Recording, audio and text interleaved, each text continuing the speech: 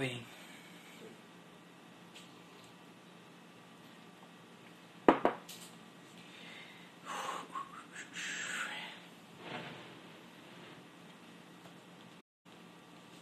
Boa noite, galera. Ainda em tempo, quase conforme previsto, às 9h04 da noite, ao vivo para todo o Brasil. Vamos dar início à nossa live sobre TPM, perguntas e respostas. Perguntas e respostas, meio descabelado, porque hoje, por questões logísticas, a coisa pegou fogo. Eu cheguei em casa, confesso, recentemente. Então não deu tempo, mal deu tempo de tomar um banho.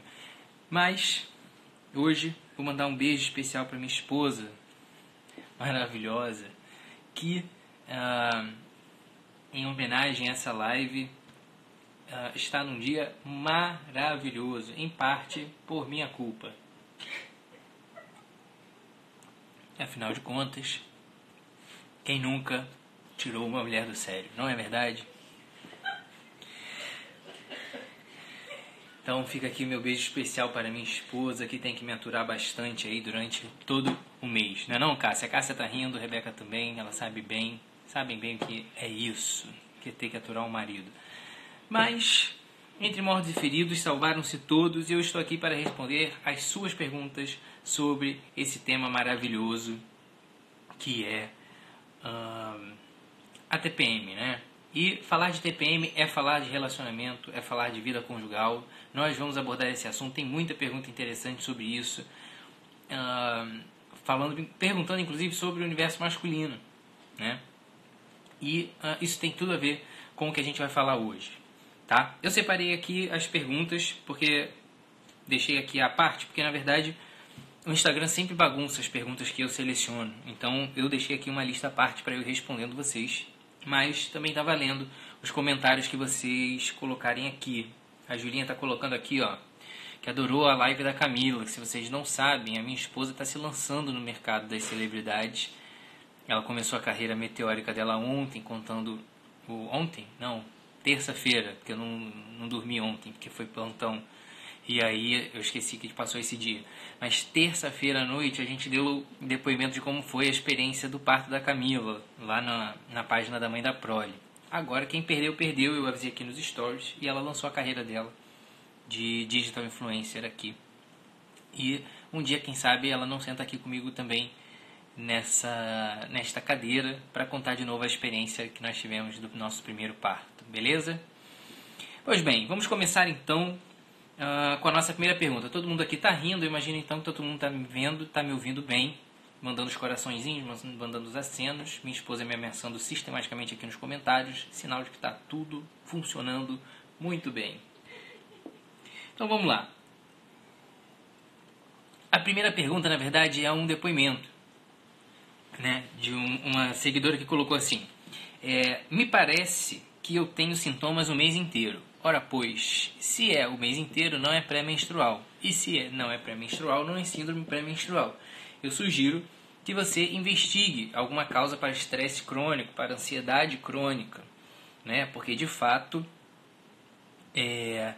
faz parte da investigação da síndrome pré-menstrual a exclusão de causas de estresse crônico, de ansiedade crônica, de depressão, que obviamente vão trazer prejuízos emocionais que se assemelham aos prejuízos da TPM, né, da síndrome pré-menstrual e do transtorno disfórico pré-menstrual, mas que não são passageiros. Essa é a grande pista, né? Se a coisa não muda, se a coisa está sempre daquele jeito para você, se você vive numa eterna TPM, é hora de acender uma luzinha de alerta, porque pode ser que você precise de um outro tipo de ajuda, de uma outra abordagem, na verdade.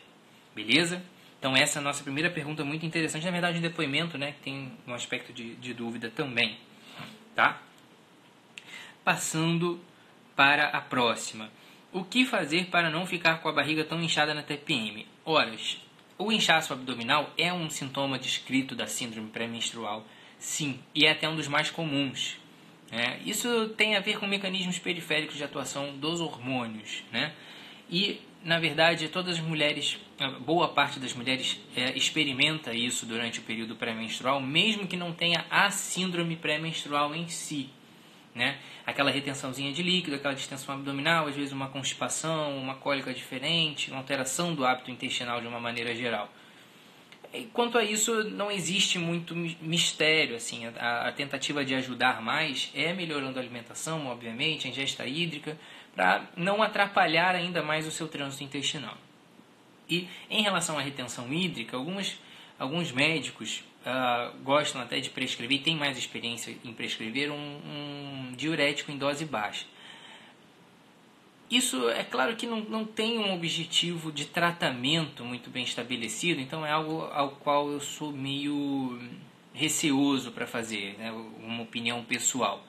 Não é um tratamento que talvez faça mal, mas muita gente abusa, faz desnecessariamente por uma questão meramente estética. Isso não é legal, porque diuréticos têm efeitos colaterais, então calma lá na hora de usar esse tipo de coisa. A melhor coisa é tentar melhorar a alimentação, exercício físico regular, tentar melhorar a qualidade de fato daquilo que você ingere para que você não comprometa ainda mais a sua função intestinal durante esse período em que as coisas já ficam meio bagunçadas mesmo, tá? Então, beleza. Outra pergunta aqui: alimentação e exercícios físicos ajudam nos sintomas da TPM? Conversamos sobre isso na própria live, enquanto isso é importante, né? A primeira abordagem é essa, né? A busca por um estilo de vida que te traga mais qualidade, que te traga mais recompensa, que te traga mais sensação de prazer e melhore todo aquele ambiente de neurotransmissores que a gente já falou, que estão associados ao prazer e à felicidade, né? Essa sensação de retribuição. E a rotina de exercícios físicos e é uma rotina saudável, uma rotina em que você tem um hobby, tem um momento para você, um momento para relaxar, um momento para meditar, um momento para se encontrar, é muito importante, obviamente, porque um dos sintomas que são inclusive um dos critérios principais para você identificar a síndrome pré-menstrual e o transtorno disfórico pré-menstrual é essa sensação de exaustão, de estar no limite, né, de estar fora de controle. Então, ter um momento para si é muito importante, retirar-se um pouco, às vezes, do mundo.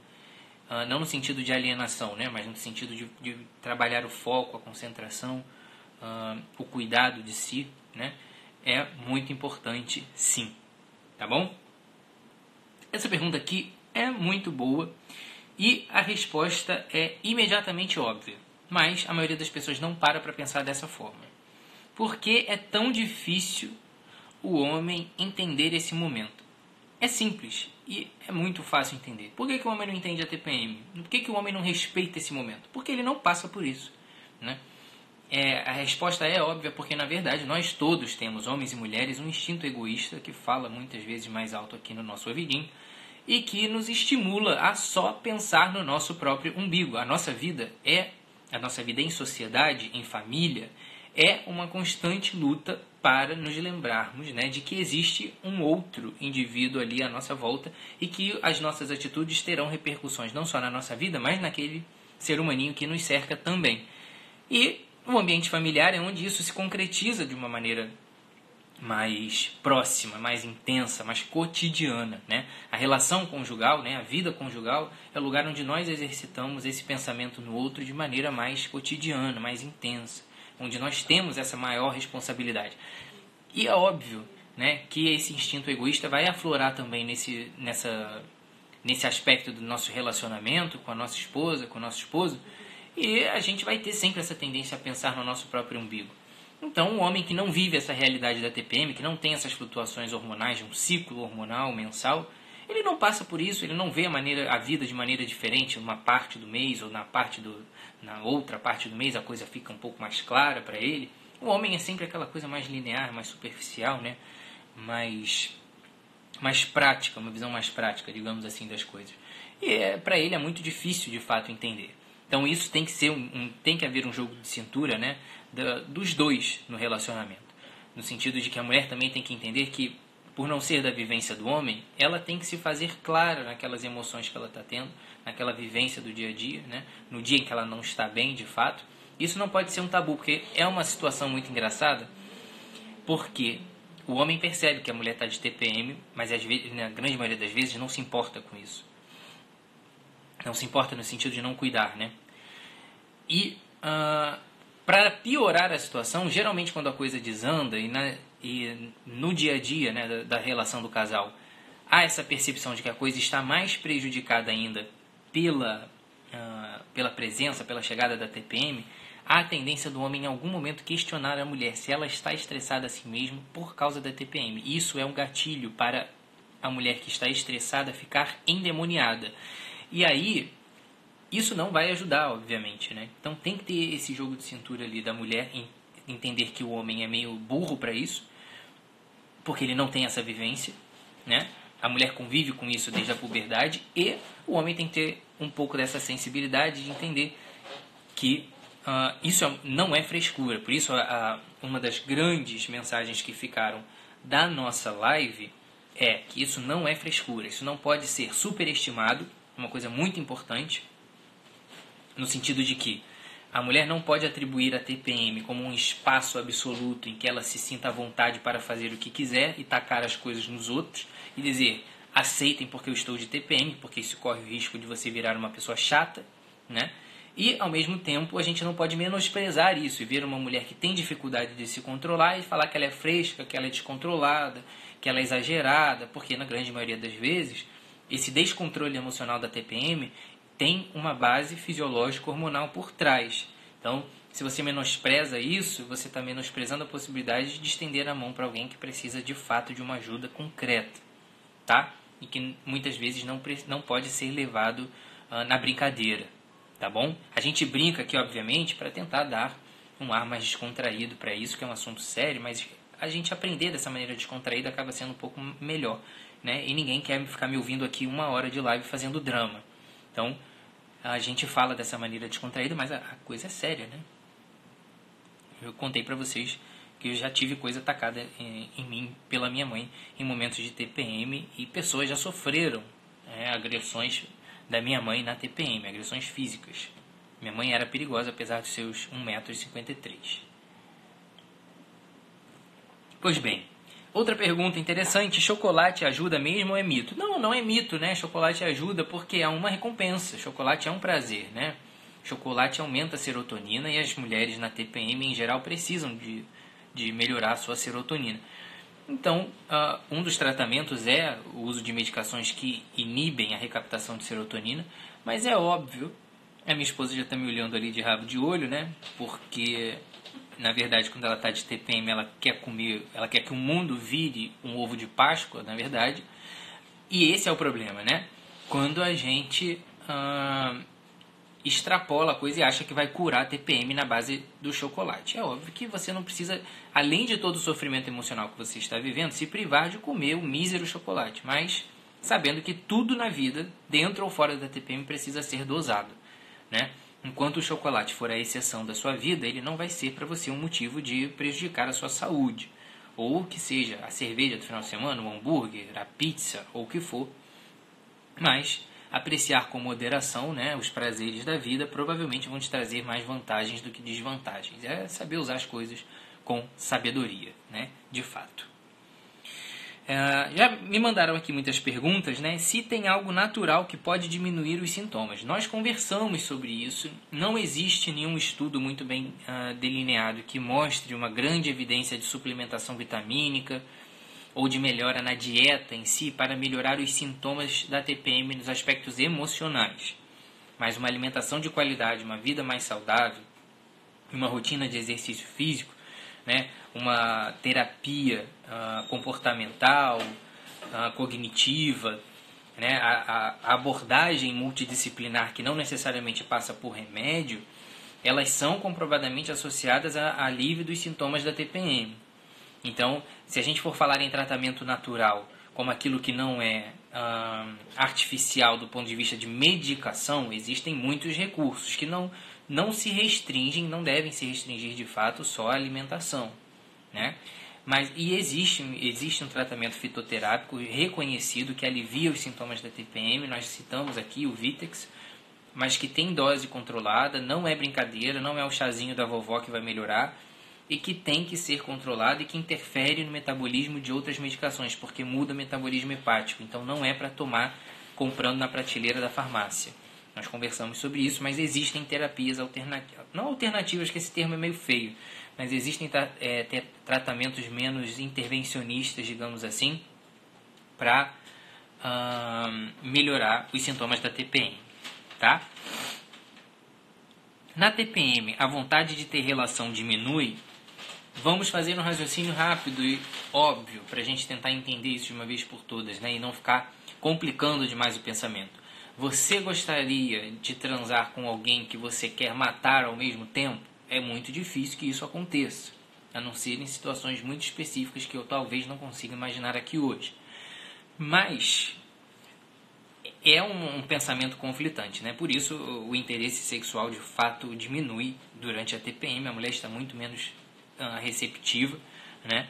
E de fato há um prejuízo real para as relações, geralmente para a vida conjugal, e isso deve ser administrado, claro, mas nós já conversamos aqui 500 vezes que a vivência da afetividade no casal não deve se restringir, pelo contrário, é um grande risco para a vida do casal restringir a demonstração de afeto, né, de carinho, restringir para as relações sexuais.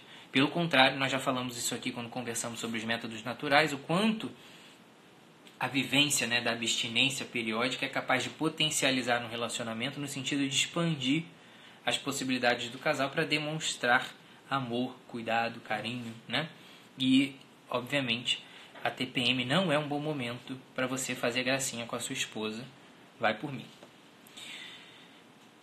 Óleo de prímula ajuda? Conversamos sobre isso, né? Reposição de vitamina e óleo de prímula não tem nenhuma comprovação científica de que ajudam nos sintomas da TPM, mas existe um teórico efeito, né, esperando assim pela composição dessa suplementação, pelo mecanismo de suplementação vitamínica, de atuar em alguns mecanismos neuronais que tentam, né, estimular a formação de certos neurotransmissores. Existe essa proposta de fazer essa suplementação para tentar melhorar. Sempre atentando que existe um limite também, que suplementação vitamínica não é água com açúcar e pode ter repercussões graves se for usada em sobredose. E é o que mais tem por aí hoje, né? Existe muito charlatanismo em volta de suplementação vitamínica hoje e dieta. E isso tem que ser tratado com muito cuidado. Mas é aquele tipo de coisa, o óleo de prímula e essa suplementação vitamínica, o uso do magnésio que muitas pessoas têm feito, é aquele tipo de coisa que dentro de um limite de responsabilidade é algo que não vai fazer mal. Mas não existe uma comprovação de que faça bem. Então você precisa conversar muito bem com seu médico para, se você está disposta a tentar fazer um tratamento que não tenha comprovação, mas que pode funcionar. Se não tem comprovação de que funcione, também não há comprovação de que não funcione definitivamente. Então você pode tentar isso para tentar te dar um pouco de qualidade de vida sem que você tenha que tomar, por exemplo, um inibidor de recaptação de serotonina, que é uma medicação, né, usada para transtorno depressivo, para ansiedade e que pode ter alguns efeitos colaterais um pouco ruins, principalmente a queda da libido, que nós já conversamos sobre isso também. Alimentação ok, atividade física ok, medicação para aliviar, ok. Mesmo assim dá vontade de estapear o que fazer, socorro, não aguento mais, todo mês isso. Isso é uma coisa muito importante, porque esse é um gancho interessante para a gente falar sobre a eficácia do tratamento a longo prazo. Eu não sei qual é o tratamento que essa pessoa que colocou aqui está usando, mas existe um amplo espectro de medicações, algumas mais bem estabelecidas do que outras para a eficácia do tratamento da TPM em si. E o que se sabe é que essa medicação deve ser começada com uma baixa dose para evitar efeitos colaterais adversos e que você vai ter que titular essa dose aumentando progressivamente até que ela faça efeito de fato. E isso pode levar um tempo, né? Então você precisa, quando você vai começar esse tratamento, primeira coisa, o médico tem que te orientar de que esse pode ser um tratamento longo e que às vezes você vai ter que ir aumentando progressivamente a medicação, às vezes você vai passar do ponto e vai ter que diminuir a medicação, ou às vezes você vai ter que trocar a medicação, ou às vezes você vai ter que associar medicações. Porque um dos efeitos colaterais dessas medicações usadas para tratamento de transtorno de TPM, transtorno disfórico pré-menstrual, é a queda da libido. E aí isso também vai prejudicar muito o casal de uma maneira geral, a vida da mulher de uma maneira geral. E aí você às vezes tem que entrar com uma outra medicação para melhorar essa libido. E aí isso vai fazendo com que o tratamento se torne extremamente complexo e isso pode levar meses. Então, muitas mulheres abandonam o tratamento no meio. E outro aspecto muito importante é que essas medicações, os inibidores da recaptação de serotonina, causam efeitos adversos iniciais desconfortáveis, às vezes uma piora paradoxal dos sintomas inicial, antes de melhorar de vez. Junto com uma sensação de náusea constante, um aperto, um nó na garganta, uma coisa assim, uma dor de cabeça, e aquilo melhora já nas primeiras semanas de uso. Então muita gente não consegue ultrapassar essa barreira ou não é bem orientada nesse sentido e interrompe o uso da medicação logo no começo. E aí quando às vezes está passando a barreira daqueles efeitos colaterais indesejáveis, a pessoa para e aí desanda tudo de volta, tá?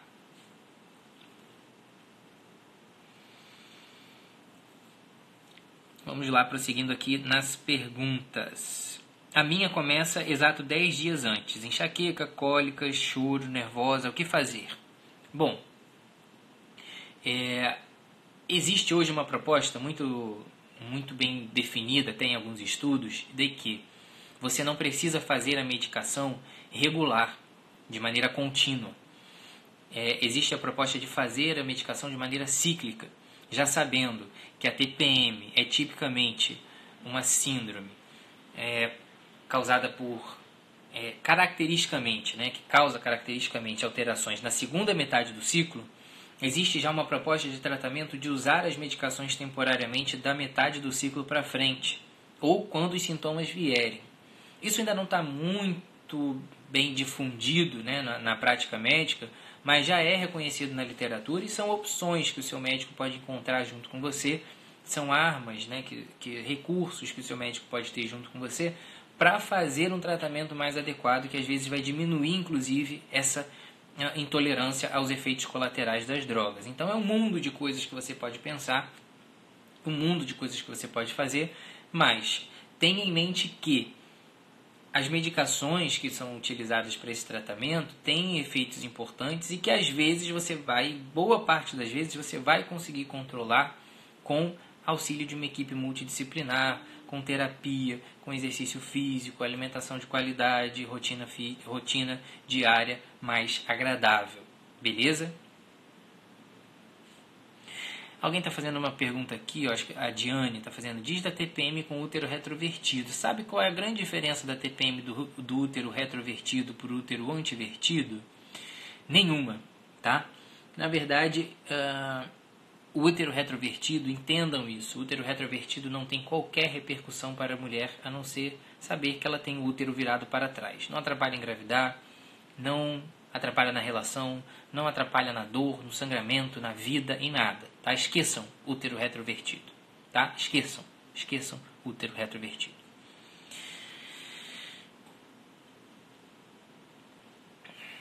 Marido, nem eu me aguento nesses dias. Tem algo para amenizar? Tem.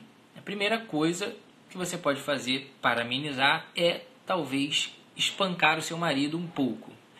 Isso pode te aliviar momentaneamente, mas eu sugiro que você procure o tratamento, obviamente, que já está bem estabelecido para síndrome pré-menstrual e transtorno disfórico pré-menstrual. Porque isso pode causar sérios danos para o seu marido, tá? E, obviamente, que o seu marido pode se mudar para a China também durante o período pré-menstrual, mas também não recomendo que isso pode trazer efeitos deletérios para o seu relacionamento. Então, existem hoje tratamentos muito menos nocivos que têm o potencial, obviamente, de unir o casal mais do que separar. Agora, é inegável que quem ama, cuida, né? Aquela bom e velho ditado que de quem ama, cuida. E o vídeo que eu coloquei nessa semana na página, né? E a resposta que eu dei para um dos seguidores essa semana também, de que as mulheres nos aturam o ano inteiro e que não custa nada aturar essas mulheres durante o período pré-menstrual, é óbvio uma maneira engraçada, talvez, de colocar uma reflexão muito importante, né, de que o casal existe para dar suporte um ao outro, né, e isso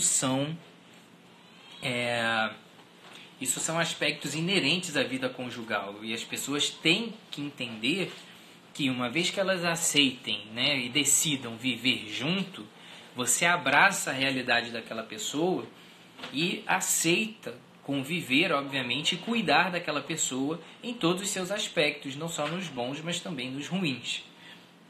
E é claro que dentro de um certo limite, né, porque há que se fazer uma reflexão de ambos os lados para saber se aquilo que está acontecendo é realmente uma TPM ou se é só uma chatice, né, de fato, e trabalhar em casal, em conjunto, para que se chegue a um denominador comum, né, para que a coisa não fique, de certa forma, insustentável, né. Hoje em dia, o termo TPM está muito banalizado, né, e não é que as mulheres se aproveitem disso, mas muitas mulheres se confortam com essa e aceitam essa condição, né, e não trabalham durante esse período para melhorar esses aspectos. E para as pessoas que têm esse discurso inconveniente de dizer eu sou assim mesmo e quem quiser que me ature, essa sou eu sou assim, isso nada mais é do que um discurso extremamente egoísta e inconveniente, né? Porque nós devemos ter o compromisso de ser para o outro aquilo de melhor que nós temos para oferecer. E é óbvio que nós estamos tratando isso esse tema de uma maneira extremamente profissional, né? Mas isso não pode ser também um subterfúgio para que você se aprisione ali naquela realidade e diga eu sou mal-humorada mesmo, eu sou assim, quem quiser que me ature, porque isso vai fazer de você uma pessoa chata, né? Ter TPM é fisiológico, usar isso para ficar chafurdando em sentimentos ruins é burrice. Até porque eu imagino que você não goste de ser uma pessoa inconveniente até para si mesmo, né? Então, é uma reflexão válida, tem que se pensar nisso, tá? Tem uma pergunta aqui muito interessante que eu acabei pulando, estava procurando ela aqui porque eu queria voltar, porque essa daqui tem muito a ver também com a nossa vida no dia a dia, muito mais do que falar sobre doença em si. Essa pergunta aqui cabe muito, né? Conforme vamos ficando mais velha, os sintomas aumentam ou diminuem? Ou melhor, desaparece? Acontece que existem as bases fisiopatológicas para o desenvolvimento da TPM, para o surgimento desses sintomas, né, físicos, afetivos, emocionais, né, toda essa alteração comportamental da mulher, mas a vida afetiva, né, do ser humano não é só uma resposta imediata a um neurotransmissor dentro do seu cérebro. Nós somos seres humanos dotados da capacidade de pensar, de refletir, de rever as nossas atitudes, graças a Deus. Então, obviamente que essa reflexão em cima daquilo que nós somos pode nos levar a um novo momento. Isso nada mais é do que o exercício da nossa maturidade, né? De aprender com os nossos erros, de entender a nossa vida, a nossa biografia e começar uma vida diferente dali para frente. Nesse sentido, talvez exista uma perspectiva das mulheres de que, com o passar do tempo, a TPM vai diminuindo. Porque você, com o passar do tempo, é capaz de se identificar cada vez mais e buscar mudar aquilo ali de alguma forma e ser uma pessoa cada vez melhor para você mesma e para o outro. Então, talvez exista, né, com esse filtro da maturidade, uma tendência de que a TPM se amenize para que você busque ser uma pessoa cada vez melhor.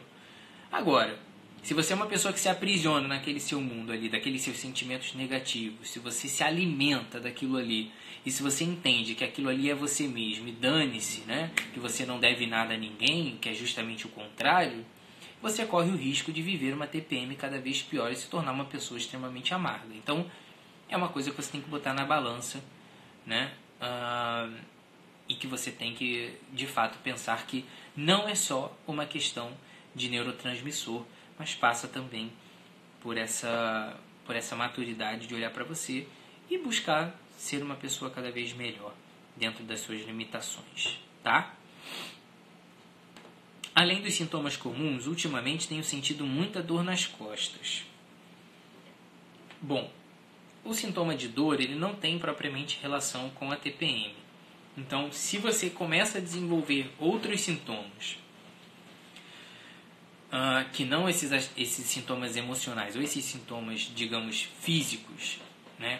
De inchaço, às vezes uma dor nas articulações, uma coisinha leve, mas se você sente uma dor que é incapacitante, se o aspecto emocional não é o incapacitante, mas a dor é o incapacitante, então você tem que pensar nessa perspectiva de ter um outro problema, né, que não é a TPM, mas um outro quadro ginecológico que provavelmente está te causando dor demais durante o período menstrual. Alguém colocou algum depoimento aqui que passou rápido por mim, eu não consegui ver aqui de imediato?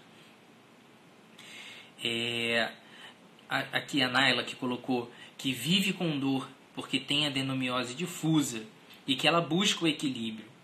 Isso é muito interessante da gente pensar, porque existem outros aspectos da nossa vida acontecendo o tempo todo ao nosso redor, a nossa vida familiar, a nossa vida no trabalho, a nossa realização pessoal com aquilo que a gente está fazendo. Por isso, quando eu falo buscar uma rotina que seja mais prazerosa, significa uma reflexão sobre todos esses aspectos da nossa vida. Né? A qualidade de vida vai muito mais além do que tratar doenças, mas em promover saúde também.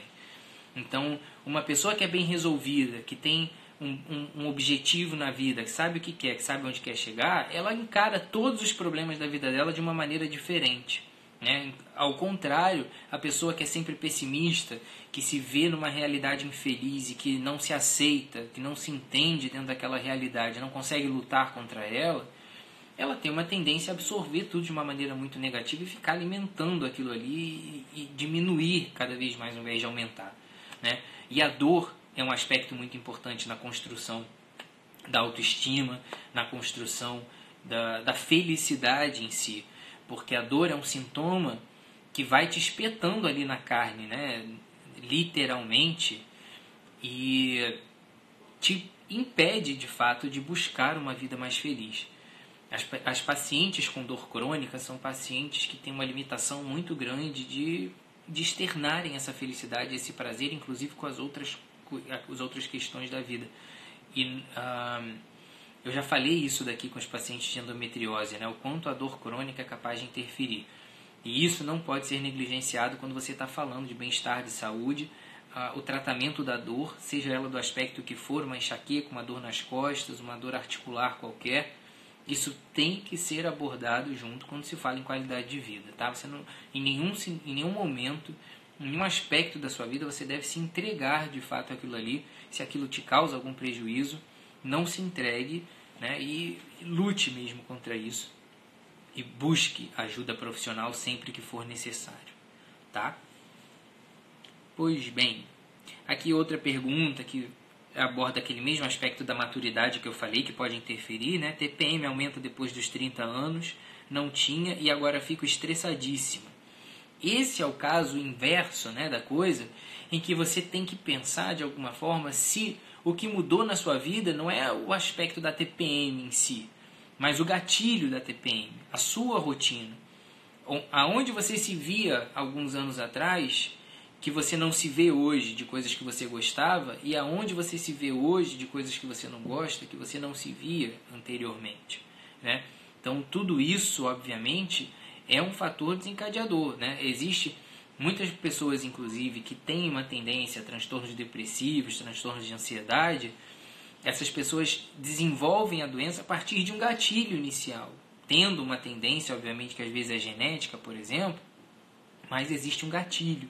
Né? Um vício, uma tristeza profunda, uma rotina extremamente estressante, uma vivência diária de coisas que não te agradam. Então isso tudo tem que ser muito bem trabalhado e de fato a associação com a idade às vezes é uma associação meio cruel, porque muitas vezes é a fase adulta que chegou e você está enfrentando um monte de coisas que você não precisava enfrentar antigamente na sua juventude, digamos assim, né? Que a fase adulta hoje também é uma fase de juventude, mas quando a responsabilidade muitas vezes bate à sua porta, você começa a lidar com uma série de circunstâncias da sua vida que você não enfrentava antigamente, elas podem passar a ser um gatilho para que você tenha uma situação de estresse, uma situação de desconforto, e você vai ter que saber administrar isso. Bem-vindo à vida adulta, essa é a realidade, que pena, é difícil para você, é difícil para todo mundo, e a tendência é que muita gente fuja disso e coloque a culpa nas circunstâncias de tudo aquilo que vive,